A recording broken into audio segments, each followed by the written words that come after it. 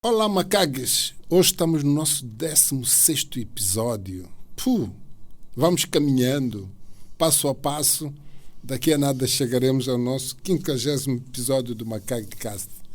Hoje trago aqui, não sei como vou descrever. É uma pessoa que abraçou este país e tornou-se um moçambicano de gema. Vive, transpira. O quê? Inovação. Vasco Rocha. O Vasco Rocha é um amigo de muitos anos de trabalho, já quase há 22 anos a empreender aqui nesta área de inovação. Bem-vindo aqui ao Macaque, Vasco. Obrigado, Daniel. Obrigado. Obrigado, estás muito sério. Ainda estou a adaptar-me ao calor. Então. Estamos aqui com o ar-condicionado. Já desligaram, mas está a aquecer um pouco. Não tem problema.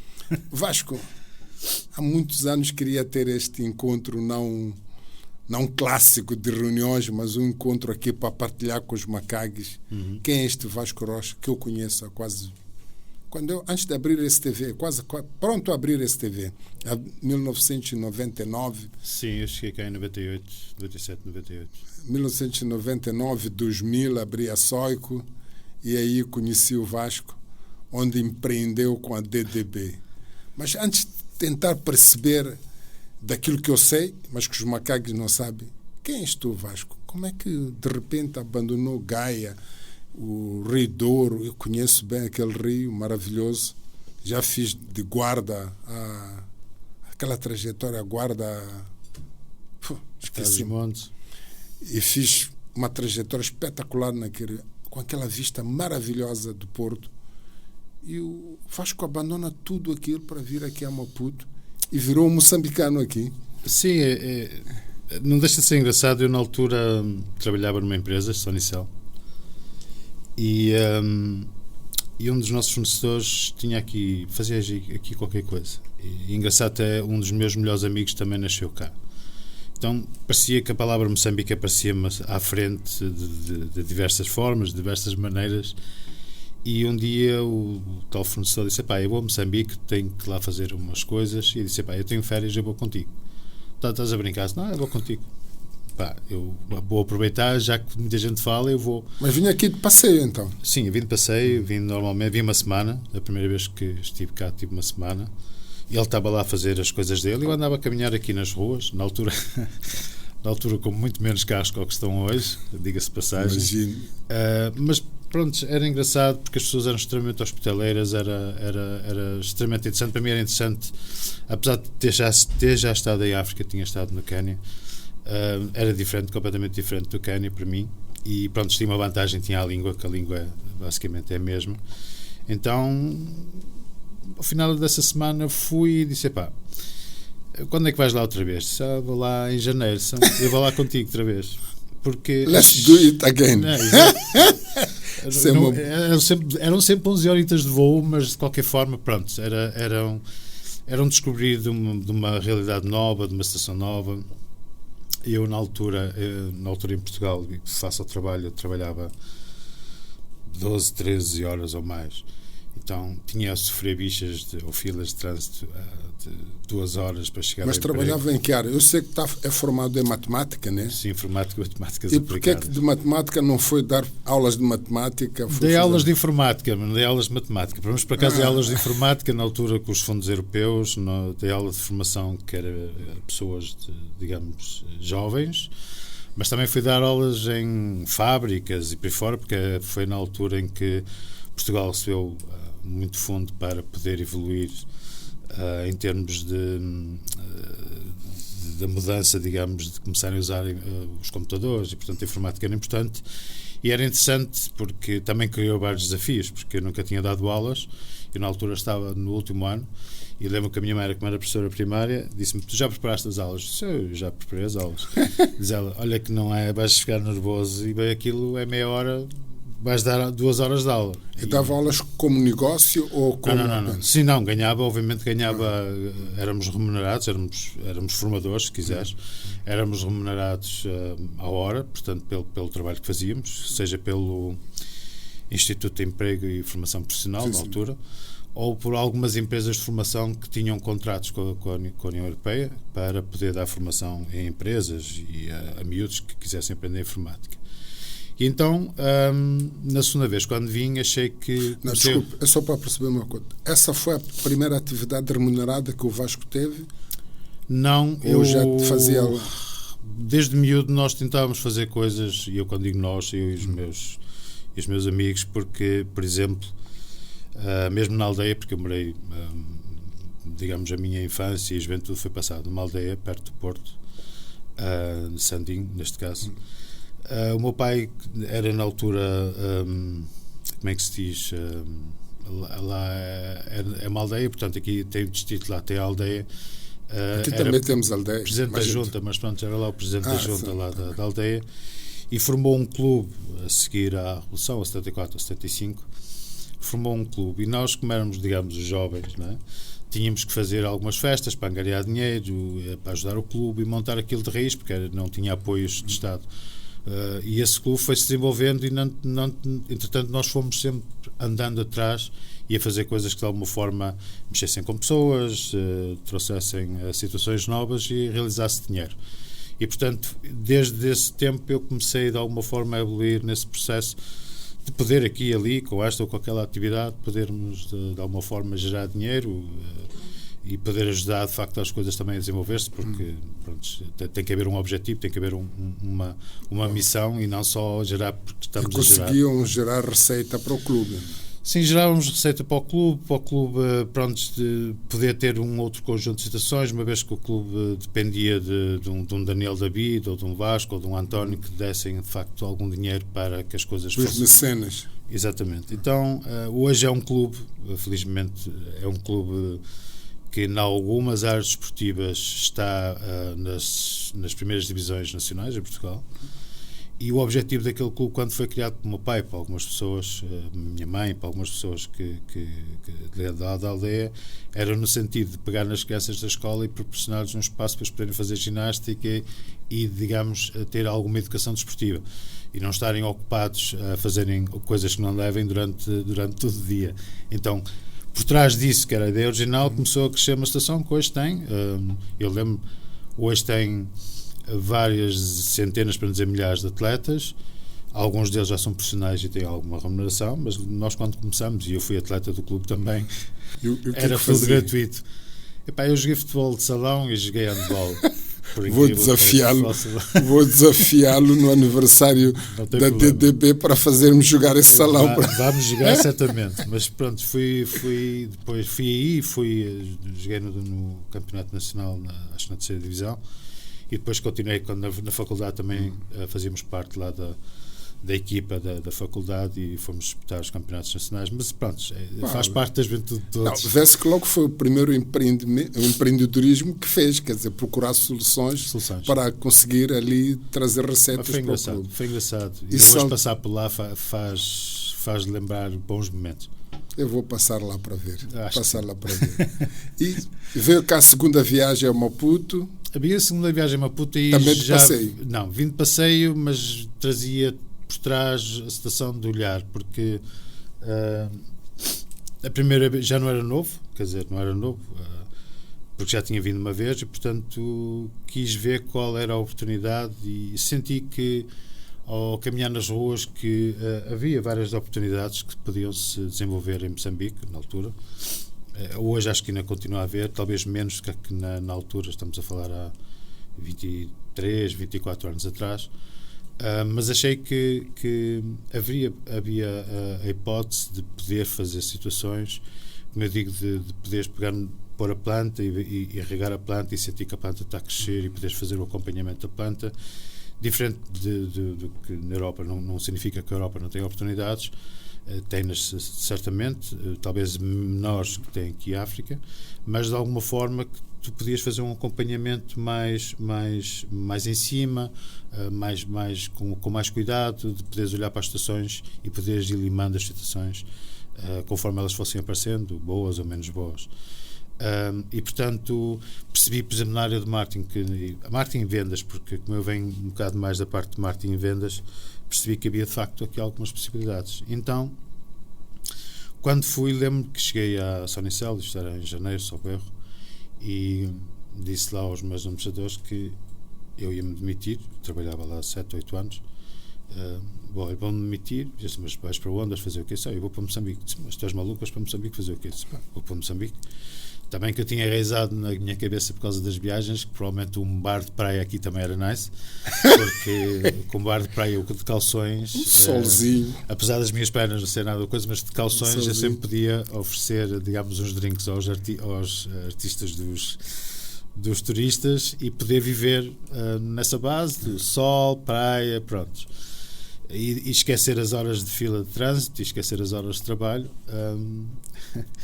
Mas pronto, o bar ainda não montei ao fim destes anos todos, não tenho o bar de praia, mas um dia, quem sabe, talvez daqui a uns anos, possa numa destas belas praias de Moçambique poder ter um barzinho de praia, servir uns coquetéis interessantes, e pronto. E foi um pouco nessa situação que, meio a sério, meio a brincar, que de alguma forma, na segunda vez que eu aterrei cá, pronto, pus-me a olhar e de facto percebi que havia algumas lacunas, que é normal, portanto nada de diferente, e percebi que as pessoas precisavam também de algum apoio. E portanto, quando me despedi, obviamente tive que dar o tempo que tinha que dar, e como acho que as pessoas têm que ser profissionais e têm que ser, digamos, corretas também com as empresas, disse na altura que aguardaria obviamente o tempo necessário para encontrarem alguém para as minhas funções, para as funções que eu desempenhava. Eu tomava conta de metade de Portugal em termos de estrutura, e passado, penso que 2 meses, 3 meses, voltei cá, e andei 2 meses no cá e lá, porque pronto, já acertaram as estações. Depois tive 3 anos de facto aqui, sem ir a Portugal, onde comecei com a M Promoção e Marketing, que depois vem a ser passado um ano e qualquer coisa, em 2000, em novembro de 2000, 30 de novembro de 2000, a DDB a M passa a ser DDB, fruto digamos, do franchising com a DDB Internacional, e pronto, e há a caminhada destes 22 anos até hoje, com altos e baixos. Acho que foi nessa altura que eu conheci o Vasco e a partir daí vi que fez uma trajetória transformadora, quer a nível na área de comunicação e marketing, quer na questão dos eventos. O que é que mais lhe cativou para associar-se na DDB e não continuar com a sua empresa, pessoal? Eu na altura achei, e acho que de alguma forma tinha razão, que era preciso formação. Como hoje ainda acho que é preciso formação em algumas áreas. E nós na altura, eu lembro que a DDB andava à procura aqui digamos, de um parceiro. Eles estavam na África do Sul, não tinham em Moçambique, havia algum trabalho que já era feito por eles da África do Sul para Moçambique, e na altura falaram, penso, com o Roberto da Britol, que nós imprimimos. O Roberto disse, eu conheço uma agência, não sei o que mais, pequena, que está a começar, e entretanto veio cá o Tony Fonseca, que na altura era uma das pessoas da DDB na África do Sul, falava português, que na altura facilitava um bocado. Facilitou muito. O meu inglês ainda estava muito enferrujado, porque normalmente nós temos Mas já fala bem inglês agora? Falo um bocadinho melhor, bastante melhor. A sair daqui vou-lhe dar vai ter que assinar aí, fazer um aluno da WhatsApp. Não tem problema. Então ele viu as instalações. Na altura nós estávamos na Vladimir Lenin, hoje já não existe esse prédio, está um prédio novo, e mostrou o vídeo, que é a DDB. Mostrou o vídeo, vi que o pessoal estava todo entusiasmado, porque viu um vídeo também. Obviamente que estavam a vender uma ideia, estavam a vender uma empresa e aquilo que ela significa. E eu perguntei-lhes a eles: vocês querem? Vamos? E assim, sim. Então penso que isso foi em março, e acho que nós fizemos uma cerimónia no dia 30 de novembro também num espaço que hoje já não existe, foi na Facim, que era o Kiss, a Discoteca Kiss, que era no Pavilhão do Brasil, e fizemos um show, penso que aí 1 hora, salvo erro, e engraçado, nesse show ganhamos um cliente. Nós temos ali um conflito de tempo, porque na altura, pronto, foi a primeira edição da KPMG, das 100 maiores empresas, temos que aguardar um bocado para alguns dos convidados poderem estar presentes. Tivemos lá alguma concorrência, concorrência que foi convidada, a concorrência faz sempre bem, portanto nós convidámos para o evento, para nós acho que era significativo, e achei piada que no final um cliente disse, nós estávamos de facto num concurso, e ele disse, neste caso era uma senhora, disse: pá, a conta é vossa, porque eu nunca vi tanta energia num espaço só, portanto a conta é vossa, para a semana vamos começar a lidar. Tipo, para nós foi bastante interessante. Foi o primeiro batismo da DDB ali. Foi abençoado pelo grande chefe, para mim uma pessoa que me diz muito, que é o Malangatana, porque foi nosso padrinho de entrada na DDB. Temos isso gravado, e tem o discurso dele gravado, que a parte até falou em língua local, e foi extremamente interessante, porque usámos, se memória me interessou, quase 50 ou 60 pessoas ou mais como figurantes ou como elementos do show, que foi contínuo, não teve nenhum break, e que mostrou uma diferença, pronto, que foi aquilo que nós quisemos mostrar, que íamos trazer para o mercado. Acho que eu estou com um problema, às vezes, um pouco de amnésia. Eu vou convidar um dia o Vasco para irmos a Vladimir Lenin, porque eu recordo-me que na mesma altura eu abri a visão. Sim, ao lado. A visão publicitária. Agora, quando passo por ali, esse prédio está onde? Está na DDB ou está... Ao lado do prédio que tu estavas, onde nós estávamos... Nós estávamos numa casa... Sim, nós estávamos também numa casa ao lado, e nessa casa ao lado acho que provavelmente foi vendida, ou tens neste momento um prédio enorme, portanto, que era onde estava a DDB.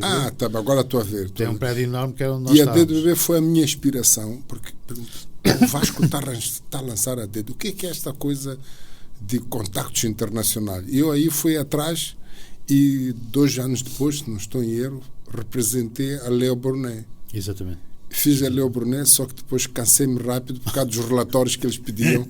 Pediam relatórios, desempenhos, não sei o que.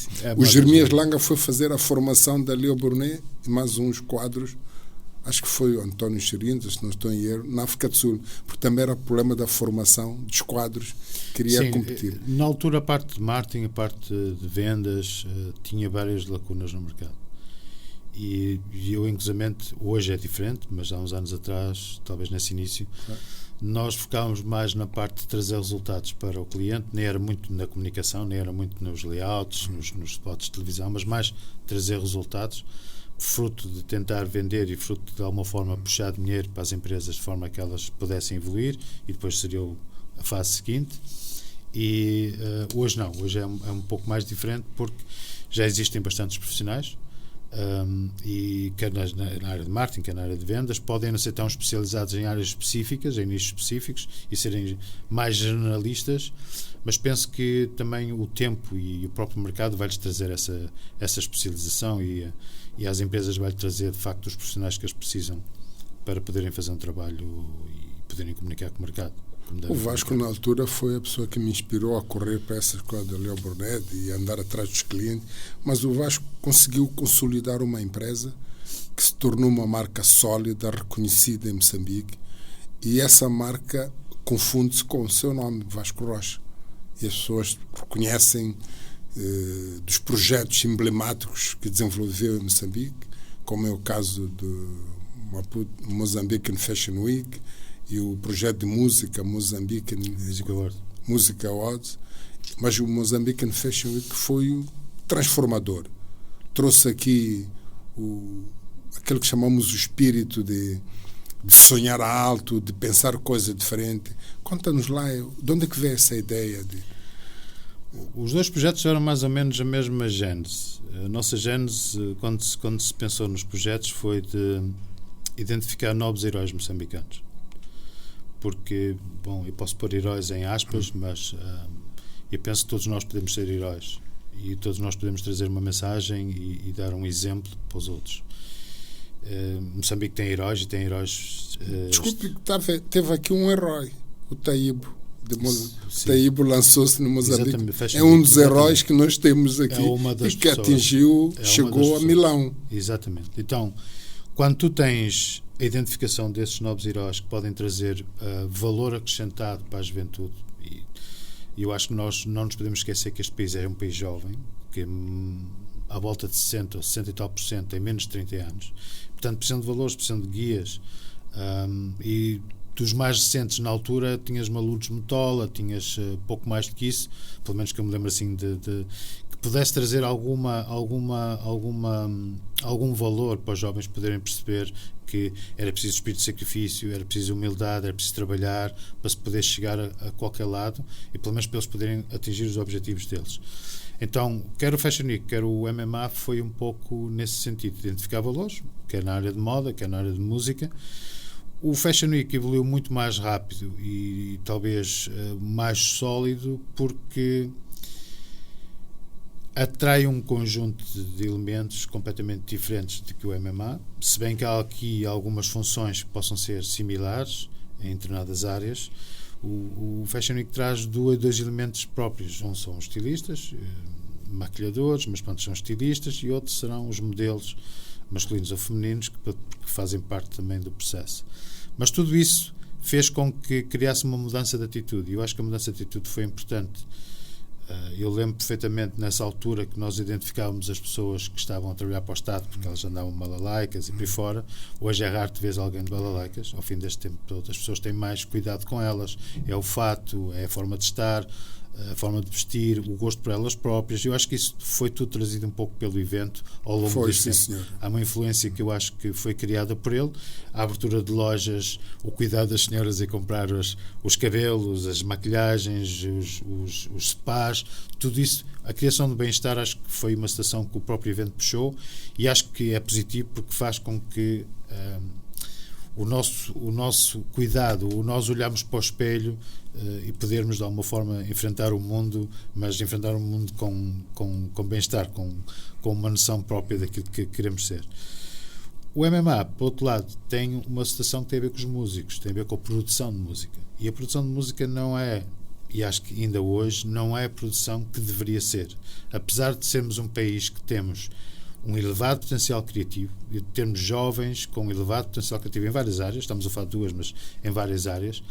Na música, infelizmente, tu não tens esse potencial a ser, eu diria, não é explorado, mas a eles a porem esse potencial ao serviço do mercado. Olha-se mais para fora do que se olha para dentro, e portanto, se olharem para dentro e puderem começar-se a desenvolver e a produzir, certamente vai haver melhor produto de Moçambique. O Angola Music Awards nasceu por causa do Moçambique Music Awards. Cabo Verde Music Awards nasceu por causa do Moçambique Music Awards. Esses dois existem. O nosso parou porque nós achamos por bem pará-lo, para reestruturar e fazer, e de facto é um projeto completamente diferente. Mas quais são as razões? É o contexto ou é Daniel, o timing? assim, nós não podemos estar a fazer um award com músicos que produzem uma música por ano.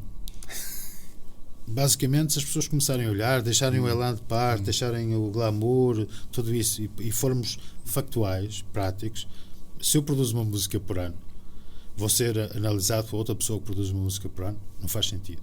Faz sentido que o artista, do melhor até ao menos bom, possa produzir um álbum, possa produzir uma série de músicas e que de facto depois possa ser analisados e podermos fazer o trabalho depois, que é o trabalho seguinte, que é o trabalho que estamos a fazer com o Fashion Week, aqui para fora. É começar a pôr a música moçambicana fora. Repara, a semana passada nós tivemos 2 estilistas em Itália, no Alta Roma. 2 estilistas nós enviámos, nós temos uma relação com a Federação de Moda Italiana, de forma que eles estiveram, sexta-feira da semana passada, a fazerem a demonstração da criatividade, não só deles, porque é a criatividade de Moçambique, porque eles vão agarrados e nasceram em algum lado, não é? Então, tu já tens especialistas de moda sentados a analisar o produto moçambicano. Portanto, tu podes fazer a mesma coisa para a música. Agora, é preciso que haja mais seriedade em termos do processo, dos próprios músicos perceberem o que é que querem, a associação de músicos, sei lá, tudo aquilo que eventualmente possa, o próprio Ministério da Cultura possa entender quais são as lacunas e colocar. Não é difícil, mas é preciso mexer de facto na indústria criativa, e a indústria criativa é uma indústria extremamente poderosa e cada vez mais hoje já se começa a olhar bastante para ela, porque mexe com muitos valores, mexe com muitos processos, mas é preciso a gente ter olhar para o processo de uma forma séria e deixarmos de algumas trincas que não vão ajudar de facto todo este potencial que existe neste mercado, porque o pessoal olha para o gás, olha para... Mas pronto, temos muito potencial aqui que se calhar pode ter, não digo que terá o mesmo valor em termos, digamos, de moeda em relação ao gás, mas tem um potencial enorme de se fazer valer, porque a Nigéria tem, Cabo Verde tem um valor interessante porque lida com pessoas.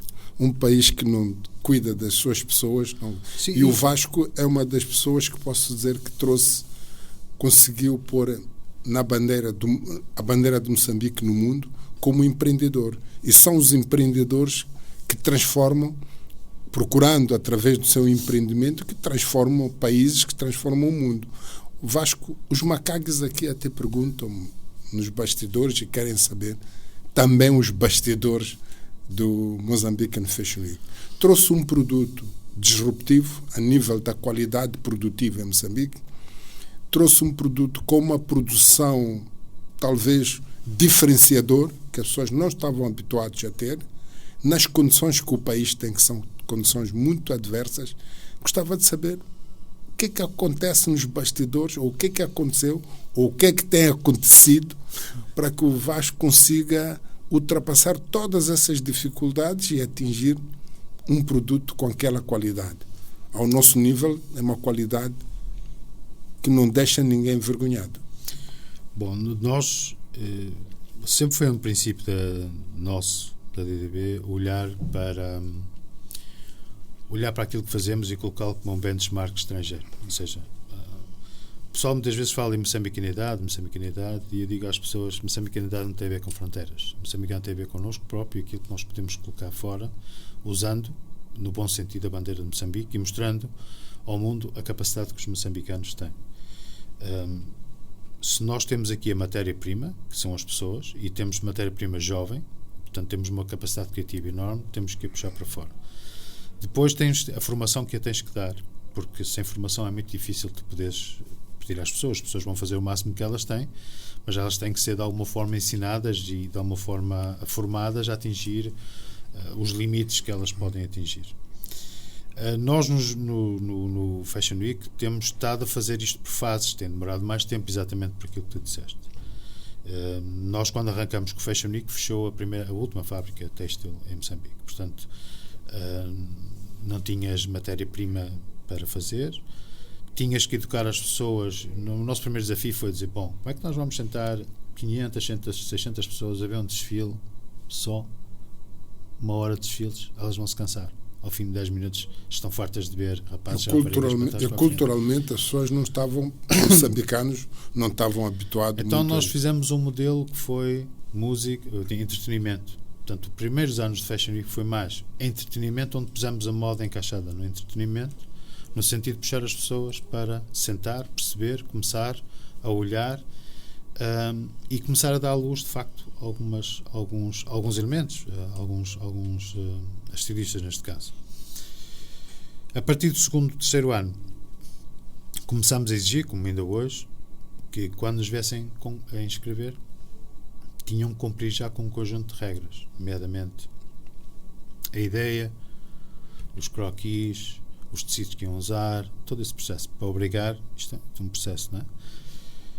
Mas os estilistas moçambicanos, como é que sabiam desse linguajar, foram ensinados todos os anos, começamos a trazer pessoas. Tinham uma escola específica? Não tem escola training. Específica. Quando digo escola, quer dizer, não formação específica. Não tem. A maior parte deles são pessoas que estudam por eles próprios, o que também é importante e é nice. Outros tiveram a hipótese porque tinham mais facilidade, eventualmente, quer de contacto, quer eventualmente financeira, foram fazer alguns cursos fora. E nós começamos a dar todos os anos, mais ou menos a meio do ano, formação de 3, 4 dias, onde trazíamos a pessoas especializadas na área para explicar como é que cortam, como é que fazem isto, quais são as tendências, quais são os tecidos, todo este processo, um processo normal que, mesmo assim, não basta só dar formação, é preciso que as pessoas também estejam preparadas para aceitar a formação e tenham, digamos, estejam ao nível, de forma que a formação ou a informação chegue e eles possam absorvê-la e evoluir a partir desse momento. Então, tudo isto foi feito desta forma. Hoje, eu diria, se o Covid de alguma forma acelerou o processo para nós e facilitou-nos, foi começar a dividir já em horas. Hoje há estilistas que querem a hora deles, portanto já começam a ter a hora deles, quando eles convidam os seus, como tu tens internacionalmente. Internacionalmente é por convite, normalmente, que tu tens acesso. Nós ainda abrimos um pouco as pessoas poderem pagar e terem acesso de facto ao desfile. E estamos a fazer o processo neste momento, que é o processo de esticar essa criatividade para países de fora. Diria-te, sem nenhum problema, que um dos meus maiores objetivos é fazer o Moçambique Fashion Week fora de Moçambique. Portanto, Uau.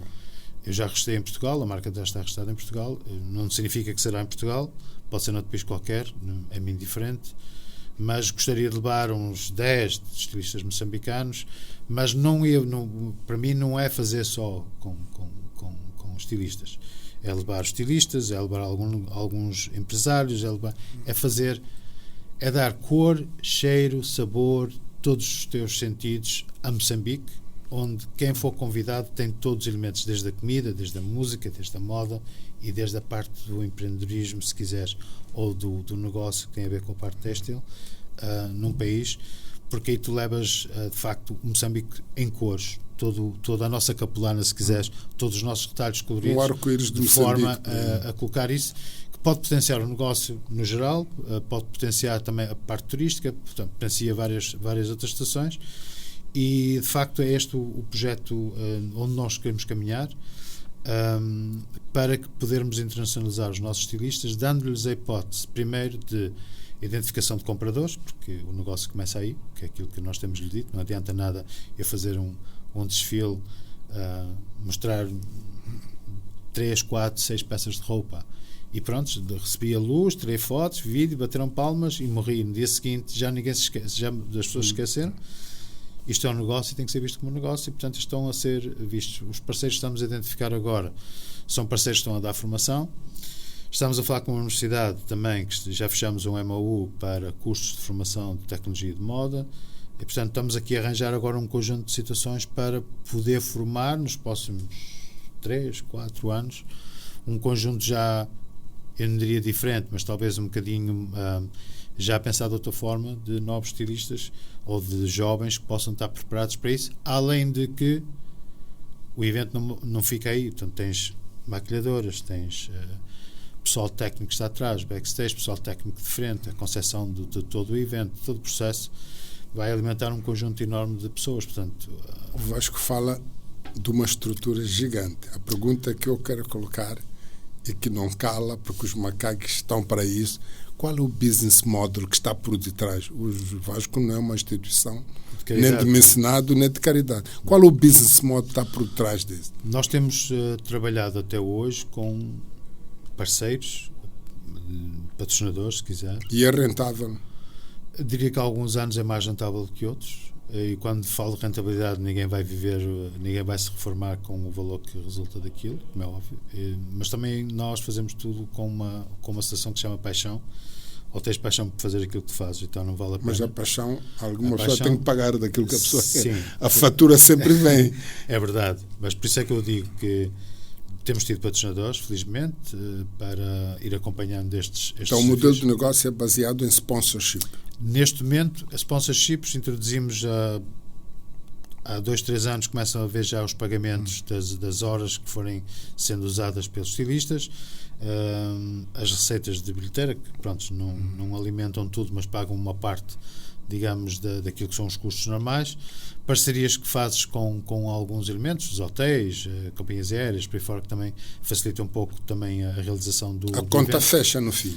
A conta fecha no fim, e agora a nossa ideia neste caso é olhar agora para o mercado interno e externo, onde tu aí sim podes começar de facto a fazer a roda, então, a ganhar, porque vai-te começar a alimentar a parte que é a parte original, que é a parte daqui poderes fazer de facto todo um processo. Então o Vasco investiu neste projeto, garantindo que obviamente vai ter ali uma travessia do deserto, mas o objetivo é pôr o projeto global. Exatamente. E global ganhando escala, aí terá aquilo que é o resultado que espera. Não só para nós, porque nós não somos a única parte que lá está, mas também para, neste caso, para os estilistas, porque é um negócio para eles, se nós estivermos envolvidos no negócio melhor, e para os próprios modelos, que talvez seja mais difícil, mas penso para os próprios modelos trabalhados, porque nós temos identificado pessoas novas e é preciso que elas sejam trabalhadas e a médio e longo prazo poderem também ser informados para perceberem que o modelo de facto não é só uma cara ou não é só um caminhar, é muito mais, é uma pessoa, é um elemento, e é um elemento que tem que ter formação e tem que ter responsabilidade e perceber que é um objetivo, tem que trabalhar para isso. Então eu acho que há aqui várias estações. Eu diria talvez tivéssemos começado muito mais cedo, tivéssemos começado cedo demais em relação àquilo que hoje se calhar será a tendência, mas esse cedo mais se calhar desbravou mais rapidamente um conjunto de situações, e acredito, mesmo para o próprio país, no Festival de Cultura tu não tinhas a moda até há muito pouco tempo, hoje tens a moda como parte do Festival Nacional de Cultura, portanto eu acho que quer falar da moda em Moçambique, quer falar desta área da indústria, que é uma área da indústria um bocado classe média alta. Sim, não mas é aspiracional. Não vai se esquecer que está associado ao trabalho que o Vasco tem feito neste país. Acho que o Vasco tem sido a pessoa que tem feito aqui uma trajetória de quebrar, partir as pedras e abrir. Sim, mas alguém tem que o fazer, portanto, eu acho que nestas coisas... Não, estou aqui com o Vasco porque é o Vasco que é a referência. E eu gostava de perceber como é que o Vasco consegue gerir um projeto desta envergadura, tendo em conta que tem uma sofisticação própria, devido à indústria também, para ser apetecível. O Vasco tem trazido aqui estilistas internacionais. Como é que tem gerido a questão dos recursos materiais, recursos humanos, todo o processo de gestão? Como é que tem feito a sua estratégia de gestão para isso? Porque não é fácil, nesta indústria, conseguir fazer a obra que está a fazer. O que nós temos feito é, obviamente, juntar e, com as parcerias que fomos desenvolvendo ao longo do tempo, também aprender, não é? Porque eu continuo a dizer que nós aprendemos até estarmos 7 pés abaixo de terra, portanto, com toda a gente e com todos. E no caso específico temos vindo a aprender todo o processo e temos vindo a perceber que temos que corrigir aqui, temos que corrigir ali, mas também, por outro lado, temos trazido inovação mesmo para fora, porque não recentemente, mas há uns anos atrás, quando começámos a usar o comboio, quando usamos o avião, quando usamos os próprios monumentos, porque era a ideia que queríamos passar para fora, porque as imagens passam para fora e passam exatamente aquilo que se pretende em termos turísticos. A África do Sul também começou a usar esse processo. Não pôde fazer o comboio, porque pronto, não é uma situação que haja uma licença fácil. Acho que até em cruzamento no mundo só foi feito uma vez, com o João Paulo Gaultier em Paris. Avião, não há nada feito, nós fizemos isso. E, no fundo, fomos influenciando. Essa influência também cria feedback para nós. E esse feedback vai-nos dar mais formação e mais envolvimento. Se eu disser que nós... Mas tem mantido constante os quadros que são-se formados, temos mantido os quadros para garantir que o próximo evento tenha... Os quadros base, sim. Nós temos muita gente que trabalhamos em freelancer. O ano passado lançámos um projeto que este ano provavelmente vai ter um upgrade, que é o chamado, a gente chamou-lhe o MFW Experience, que foi trazer voluntários para perceberem, estarem engajados. Eles estiveram a trabalhar connosco 2 meses e meio. Dos 10, concorreram para aí 700, 800 miúdos, nós ficamos só com 10, porque é impossível termos lá os 700 a trabalhar. E desses 10 nós temos 3 a trabalhar connosco hoje todos os dias, portanto, em áreas distintas, desde gestão de projetos, desde a parte digital, por aí fora foram identificados, estão a trabalhar connosco e estão a trabalhar connosco no projeto. Qual é a vantagem que nós em Moçambique, ou se quiseres o MFW tem, se calhar em relação aos outros?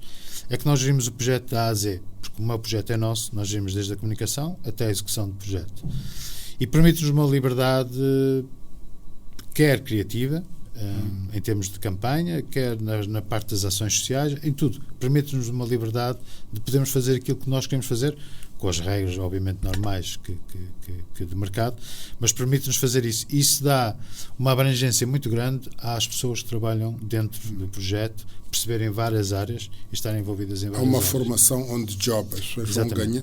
Traz líderes, talvez, trazer alguém de Portugal, da África do Sul, que tem conhecimento, que ajuda a impactar... Não, nós neste momento só temos um técnico de luz que vem da África do Sul. E quando há grandes eventos, não traz pessoas que lhe ajudam? Não. Nós temos neste momento a equipa.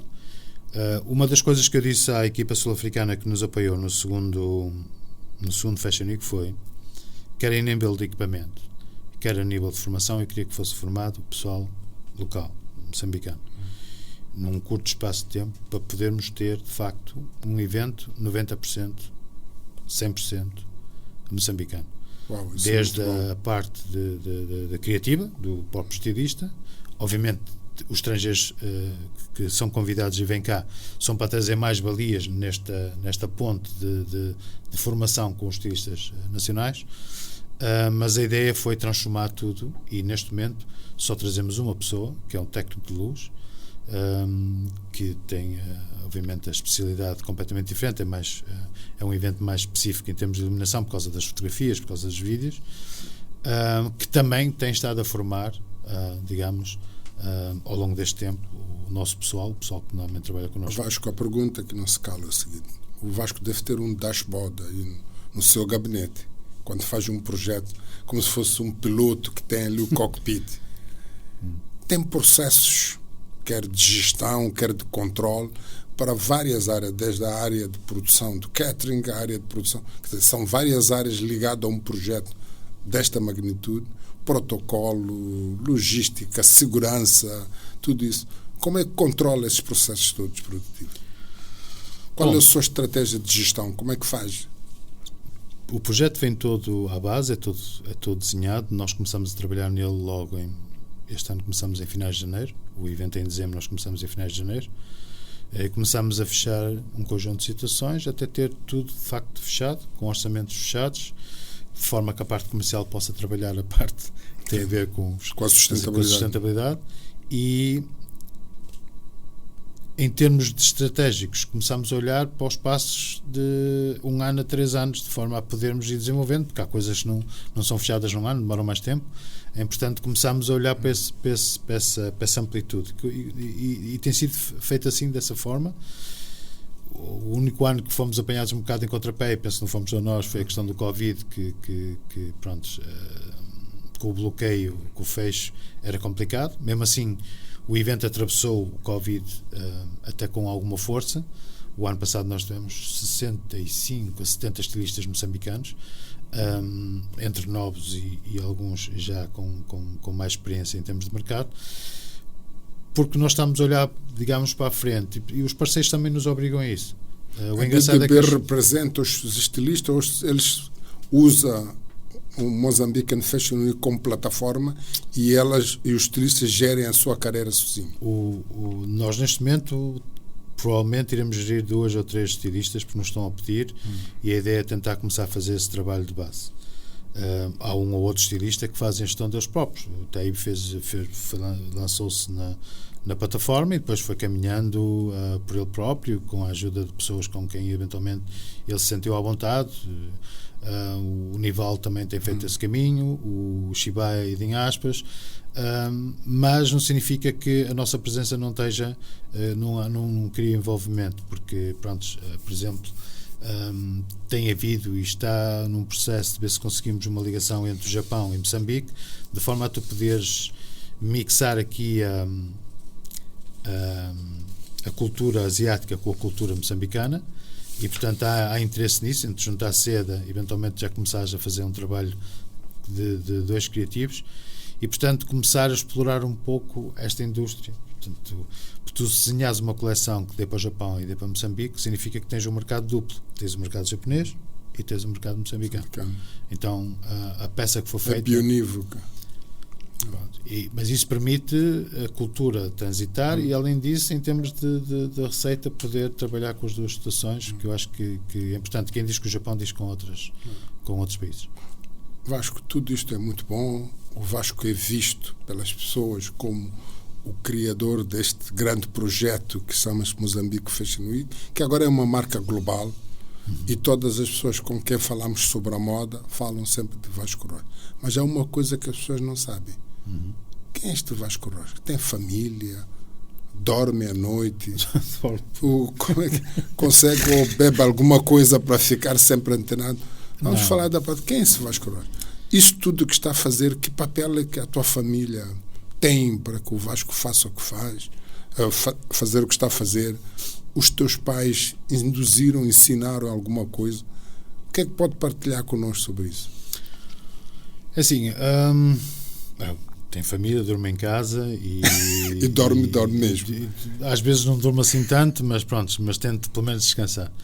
É evidente que são parte sacrificada, digamos, em todo este processo, como é normal para qualquer empreendedor e que tenha um envolvimento muito grande da família.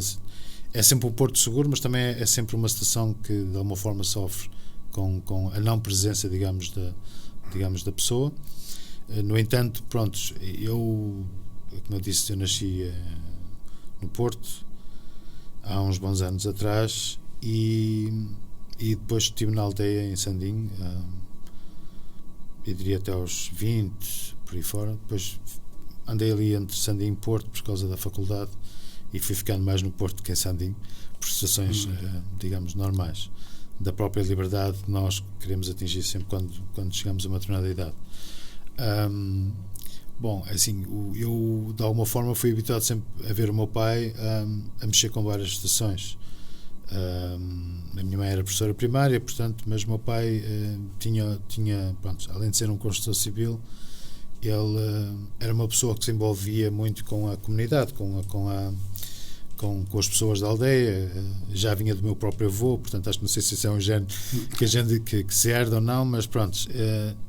E ele, tendo sido várias vezes Presidente da Junta, estava envolvido muito com aquelas questões que têm a ver, como eventualmente aqui o Presidente do Conselho Municipal terá todos os dias, mas mais de perto com as pessoas. E, portanto, a questão da criação do clube, a questão de estar sempre preocupado com criar isto, desenvolver aquilo, obviamente que eu como filho também sofri porque não o tinha presente todos os dias, mas era uma situação que de alguma forma me dava orgulho ver ele a tentar alterar, a tentar mexer, a fazer evoluir, a criar a inovação na altura daquela que seria a inovação na altura, e a preocupação e perceber que de um pequeno terreno doado por alguém que eu tinha e que doou, se começam a fazer os muros em tijolo e de repente já tens ali um ringue onde já se começa a trocar uns pontapés, e do ringue já começam a surgir uns pilares e portanto começas a ver uma situação que tu depois comparas e dizes, para lá, este ringue que já está fechado, já está pintado por dentro, que já tem luz, já tem os balneários onde as pessoas podem, os atletas neste caso podem, onde as crianças da escola já vão para lá treinar, naquela área nem o Boa Vista, que é um clube conhecido, nem o Porto tinham um pavilhão. E um clube que nem sequer era conhecido, que estava numa aldeia perdida lá. Então, o teu pai foi uma referência para esta tua... O meu pai é uma referência para todo este meu caminhar, pela força que ele tinha, pela dedicação que ele colocava nas coisas, pela paixão que ele colocava nas coisas. E... talvez esses seriam talvez os grandes valores que aprendeu do seu pai, dedicação, sim, esforço. Ele dizia mais vale brigado do que torcer, ou mais vale quebrar do que torcer. Portanto, a ideia de que nós temos que ir, custo custar, doer a quem doer, há um objetivo, temos de ser responsáveis, chova, quer faça sol, a gente tem que caminhar para atingi-los, não é? Isto não significa que a gente tenha que atravessar muros e deitar muros abaixo, mas significa que nós temos de ter a perseverança para poder de alguma forma atingir objetivos, e de alguma forma lutar por eles, porque, como eu digo às vezes aos meus funcionários, se alguém for-vos tocar à porta de campainha de casa e vos for levar dinheiro, vos for levar comida, vocês agradeçam, mas nunca ninguém vai fazer isso. Portanto, vocês dependem de vocês dependem do esforço e dedicação que colocarem nos objetivos que tiverem de vida. Uns terão uns mais, digamos, mais puxados do que outros, mas a vida está cá, o caminho está cá, e a gente depende só de nós, como eu costumo dizer. Nós em Moçambique dependemos de Moçambique, não dependemos mais de ninguém. Nós temos aqui tudo para poder desenvolver e colocar este país como uma grande bandeira em termos mundiais. Agora temos de ter força, temos dedicação, foco, objetivo e uma linha de caminhada, sim. Aquilo que eu vi na minha infância e juventude foi uma pessoa que trabalhou, não obviamente colocando parte da minha mãe, que obviamente sempre esteve connosco e sempre nos tentou dar também as guias de trabalho, mas de facto a visão, aquilo que eu e minha irmã víamos em termos de processo, de facto, foi isso. E, aliás, por exemplo, uma das estações que eu faço, tendo em conta aquilo que ele significou, foi, por exemplo, todas as partes que têm a ver com a parte social, por exemplo, do Fashion Week, a questão do cancro da mama e tudo isso, tem a ver um pouco com ele, porque ele também faleceu devido a uma situação de cancro. Então foi uma situação que eu achei que poderia de alguma forma honrá-lo. Já o faço isso, ou melhor, tento fazer isso no dia a dia, mas muito forte. Honrá-lo no sentido de não é só ele que vai morrer disso, claramente. Infelizmente é uma doença que nos atrapalha a todos, de norte a sul ou no globo todo, e provavelmente irá matar muito mais gente nos próximos anos, mas é uma situação que eu acho que nós podemos de alguma forma chamar a atenção, pelo menos dizer tem cuidado a qualquer uma pessoa. Poderemos eventualmente tentar salvar algumas pessoas, e foi com isso que entramos com o cancro da mama, porque diria que o principal mercado, o target do MFW são mulheres. Não que o cancro da mama seja só para mulheres, também até afeta os homens e até afeta de uma forma ainda mais mortal que as mulheres, mas o target estava lá. Porque não comunicar, porque não chamar a atenção? Temos algumas guerras. Também isso é grandioso, acho que isso é fundamental. Isso, então, se algumas delas que fizeram o teste com antecedência foram depois por uma análise melhor e conseguiram eventualmente safar-se desse cancro, nós ficaremos contentes, independentemente de tudo, porque se calhar ajudamos, se calhar de alguma forma demos indicação às pessoas de que havia qualquer coisa que elas podiam fazer por elas, no sentido de ficarem melhor. Isso é poderoso, isso é muito bom. O Vasco é uma pessoa de fé. De fé, sou uma pessoa cristã, se calhar vais-te rir, mas andei 3 anos no seminário, portanto... eu também fui. Então pronto. Não vou me rir, fui catequista. Pronto, eu estive no seminário 3 anos, saí do seminário no 9º, portanto fiz o 7º, 8º e 9º ano no seminário. Por acaso, engraçado, encontrei aqui na Matola o mesmo seminário, portanto o Seminário Missionário Padre Deon, os deonianos. Sim. Eu andei em Rio Tinto no seminário deles, estive lá 3 anos, e foi interessante porque independentemente de ser cristão, porque obviamente isso tem a ver com a família também. O que é que aprendeu da tua fé? Não só do seminário, mas da tua fé. O que é que o Vasco aprendeu que impacta a sua vida? Eu aprendi que nós podemos ajudar as pessoas, e aprendi que também depende de nós todo o processo de alguma forma de tentarmos encontrar algum suporte, quanto menos seja espiritual, para aquilo que nos rege.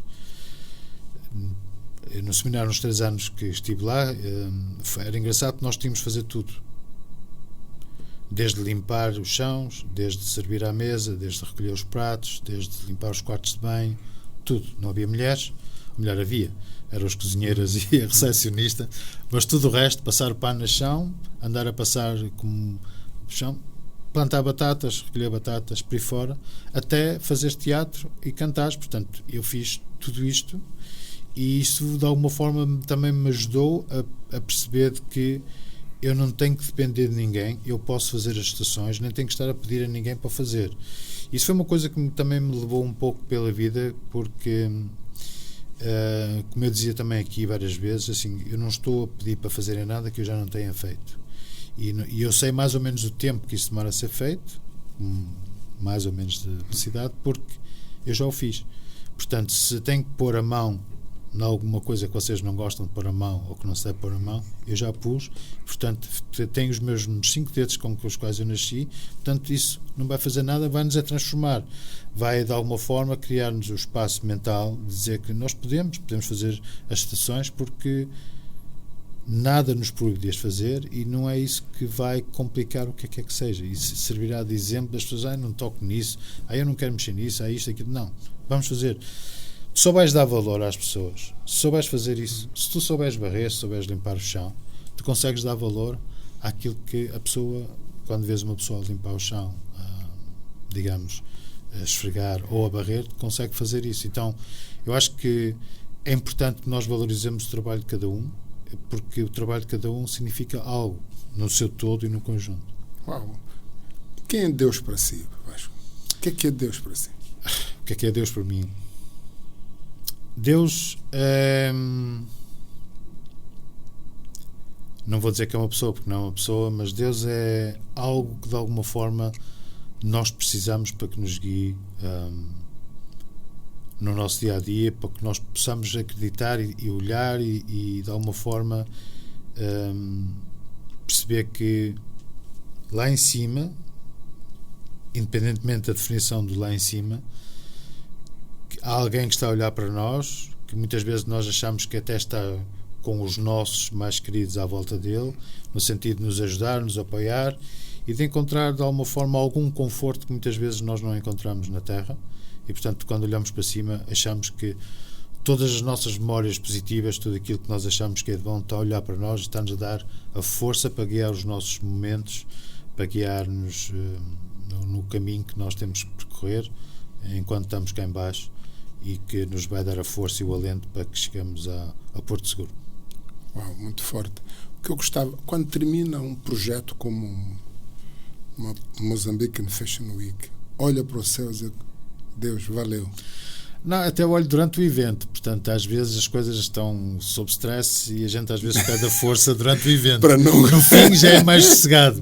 No fim já é mais sossegado, porque significa que já chegou a... Não, porque há momentos de facto que nós colocamos há momentos que eu registro, por exemplo, que eu lembro que houve um Fashion Week que nós fizemos na estação de comboio e usámos 2 comboios e um dos comboios saía e o outro entrava. Portanto, a gente tinha que sempre complicar o processo, não é? E eu estava a coordenar a entrada do segundo comboio, portanto estava no meio das linhas, e não sei como, quando dá a indicação para entrar o comboio, eu vejo o outro comboio a começar a apitar, porque eles apitavam para saírem, para dar o sinal de que iam sair, e vejo, no momento em que ele está quase a andar, um fotógrafo a sair debaixo do comboio. Ele saiu na altura debaixo do comboio quando o comboio começou. Eu já sou branco, não é? Mas aí acho que fiquei neve e disse: mas aquele foi fazer o quê para ali debaixo do comboio? Porque ia-me causar um problema enorme. Fotografias debaixo de comboio, de certeza, não ia encontrar modelos. Mas é aquela fobia que as pessoas às vezes não medem e podem criar um problema sério, desnecessariamente. E eu acho que aí sim, acho que olhei para cima e disse: e estava céu aberto, não havia teto nenhum. E aí então, teve logo mas é uma coisa, quando terminou aquilo, eu disse: eu hoje safei-me de boa, involuntariamente, porque não era uma estação que tivesse sido criada, mas é sempre um risco e, portanto, nós... Viver é um risco e, portanto, essas coisas fazem parte do processo. Mas há alturas, sim, que a gente chama Deus e os anjinhos todos estão à volta para ajudar. Sente-se realizado? Eu acho que é difícil sentir-me realizado. Assim, acho que já fiz muitas coisas, mas acho que ainda há muitas coisas para fazer. Gostaria de fazer ainda algumas coisas mais, sim, se tiver a força e se tiver de facto a sorte e o engenho para conseguir fazer, e também apoio, porque às vezes as coisas não é só porque a gente as quer fazer, mas acho que há coisas que nós, eu falo nós porque é um grupo, não sou só eu, mas eu e as pessoas gostaríamos ainda de fazer, porque não sou uma pessoa de ficar parado e, portanto, acho que nós podemos trazer ainda coisas e acho que podemos de facto ainda fazer muita coisa e, portanto, não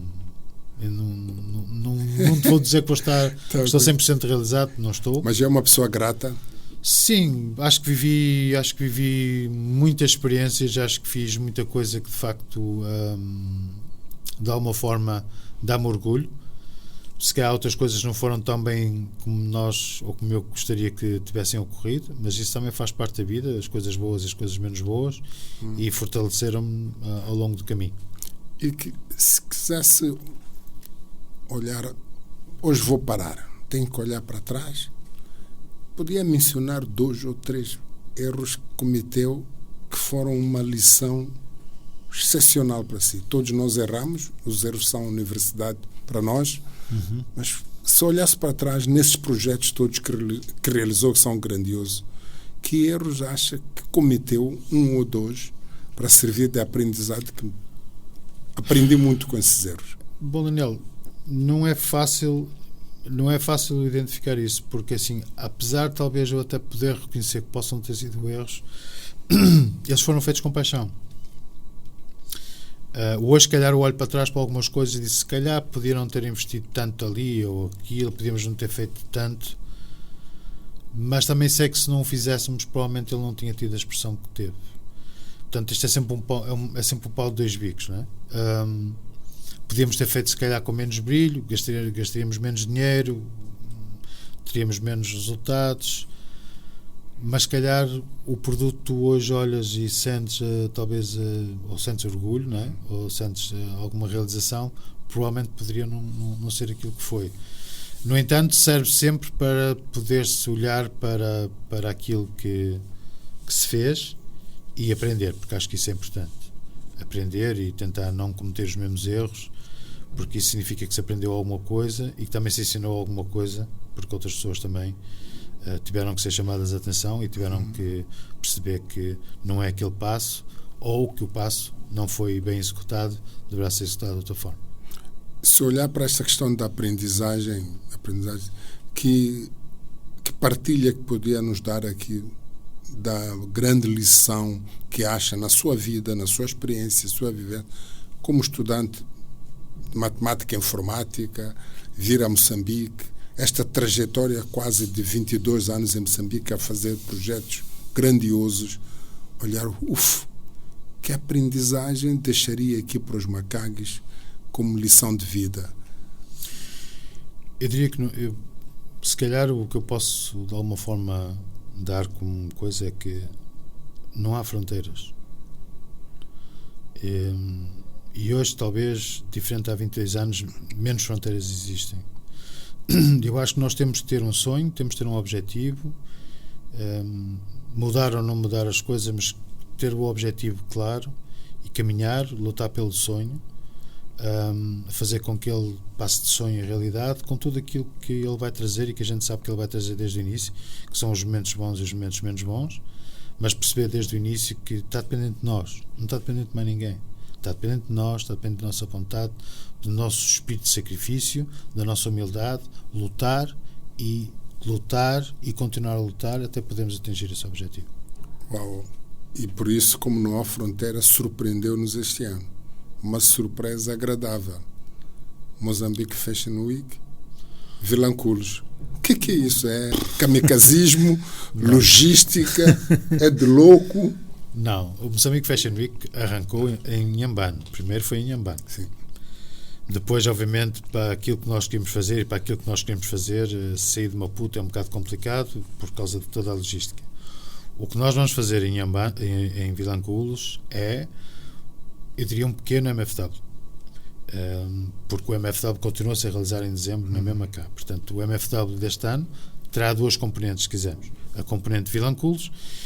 E a componente de Vilanculos porquê? Porque existe em outubro o Campeonato Africano de Futebol de Praia, penso que são 2 semanas, e portanto o evento vai complementar um pouco, vai dar cor, tens turistas, tens jogadores, tens uma máquina, tens a FIFA, tens uma máquina ali, e é importante mostrar a parte cultural, porque no fundo moda é cultura, é importante mostrar a parte cultural e dar mais valor acrescentado, porque, conforme eu também já disse a algumas pessoas, desde o administrador, desde o presidente da Federação, tu tens em Moçambique, até o próprio secretário de Estado, tu tens em Moçambique um campeonato africano, o que significa que vais ter 5, 10, 15, 20 equipas de vários países da África.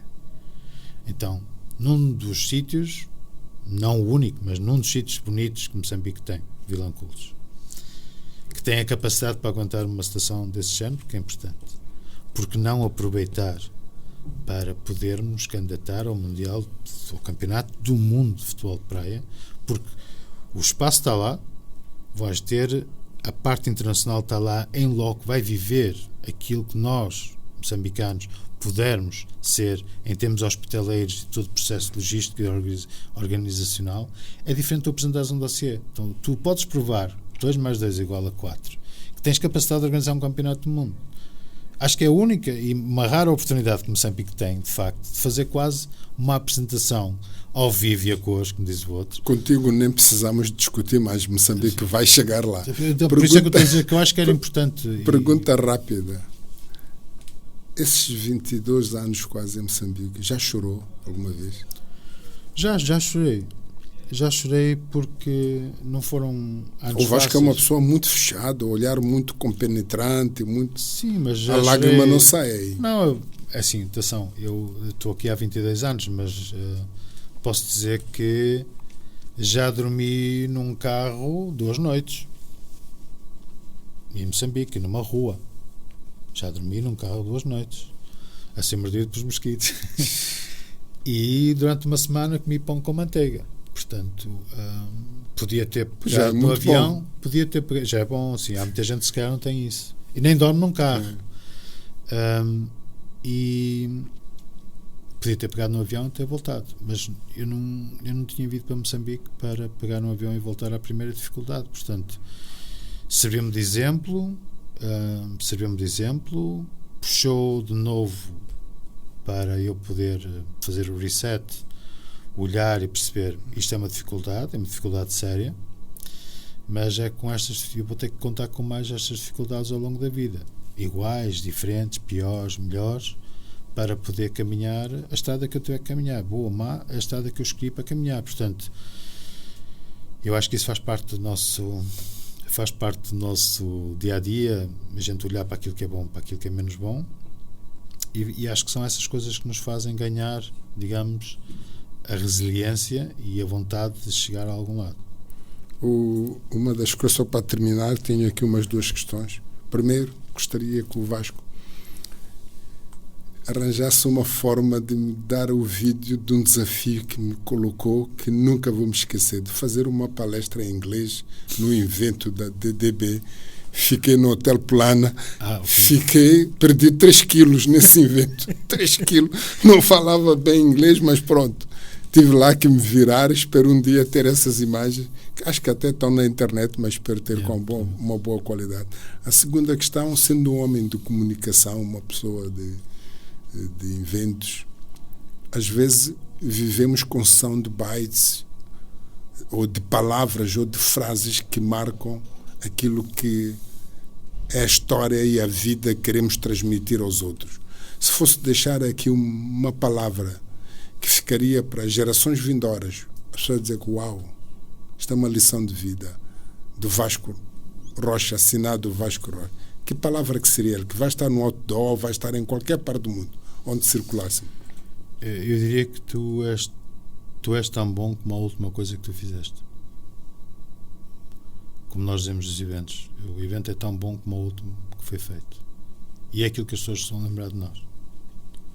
Muito obrigado, Vasco.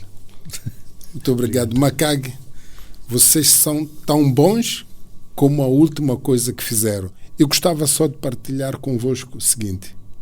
Esta é uma das pessoas que eu valorizo muito, porque o relatório da vida dele é pelos resultados. Aquilo que ele faz e aquilo que tem feito por muitos de nós aqui em Moçambique, como uma marca que nos orgulha e que devemos acarinhar. Partilhem este podcast, façam passar para toda a gente, para que possamos aprender com uma figura que marca a diferença. Até o próximo podcast.